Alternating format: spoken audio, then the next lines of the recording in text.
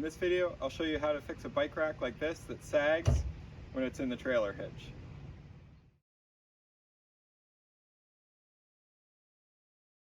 This is a Bell 4-bike rack, and it's made to fit either an 1 1/4 or a 2-inch receiver trailer hitch.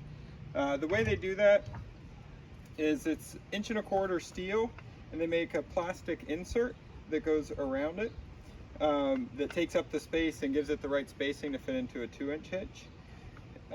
Unfortunately, this plastic wears over time, and with the weight of the bicycle, you can see that there are cuts in here from where it just kind of weighs against the inside of the hitch and bounces there. So I'll show you how to fix that so that this doesn't sag anymore and bounce around as much. I'm going to remove the plastic spacer that Bell provided and replace it with an aluminum one that I bought on Amazon. These are really inexpensive. This is a quick fix. I'll put a link in the description of this video to where you can buy one just like this. To remove this, there's one screw. Use a Phillips screwdriver to take it out.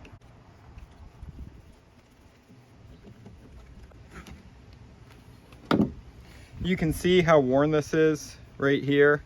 And it's actually starting to separate into 2 pieces, so don't want to keep using that. To install it, I'm just going to slide this over like this and then put this back into the trailer. You really can put it on either way.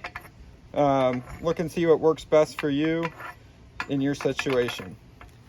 I slide this on so the holes line up, then put the whole assembly into my trailer hitch.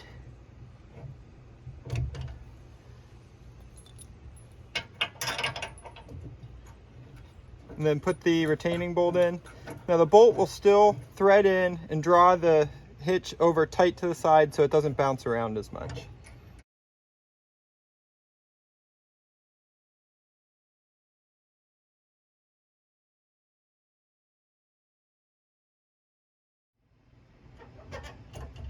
You can see that this is much tighter in position. It's helped with the sag, and this is solution, since it's solid metal, isn't going to wear out.